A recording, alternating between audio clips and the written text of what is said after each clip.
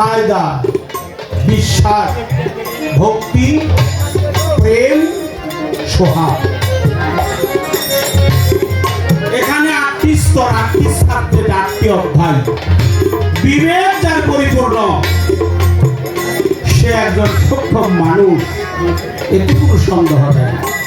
বুদ্ধি, আদবে আউলিয়া, বেদবে দেখি, এটা আপনি ভাই ভালো জানেন।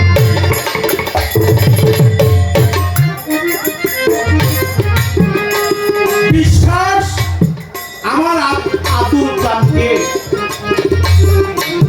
আব্দুল শাহ রহমতুল্লাহ আলাইহি এই দরবারে আদব সম্পূর্ণ স্বয়ংে থাকতে হবে।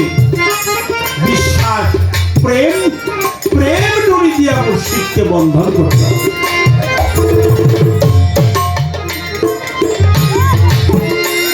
আর অষ্টপাশ যাকে বলা হয়, জাতি বিদ্বেষ, হিংসা, মিথ্যা, অহংকার, ভয়, অষ্টপাশের মুক্তি পাইলে খাঁটি মানুষ তার। এই অষ্টপাশ থেকে আমাদের প্রত্যেকেরই মুক্তি পেতে হবে বাবা। অষ্টপাশ থেকে যদি কেউ মুক্তি না পায় তাহলে এই আহারের পায়াতে পূর্ণ দাখিল হয়, তার ভিতর বাহির আলোকিত হয়, সে পাক পাঞ্জাতনের অনুসারী হয়।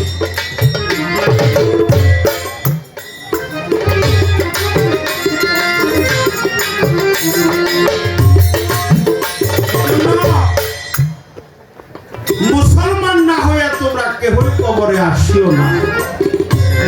আল্লাহর পবিত্র কালাম, আল্লাহর পবিত্র কালামে এই কথাটা বর্ণনা আছে। সূরা আল ইমরানের মধ্যে আল্লাহ সুন্দরভাবে লিপিবদ্ধ করেছেন। আল্লাহ বলে দিয়েছেন, হে বিশ্বাসীগণ, হে আমানগণ, তোমরা মুসলমান হও, মুসলমান না হয়ে কেবল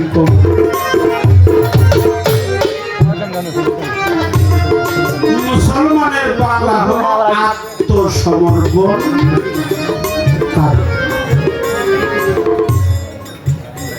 যিনি আত্মসমর্পণ করে, এই আত্মটাকে, এই নিজের দেহটাকে, এই দেহের মধ্যে সমস্ত কিছু যারা মুর্শিদের চরণ কমলে আত্মহুতি দেয়, তারাই হল মুসলমান।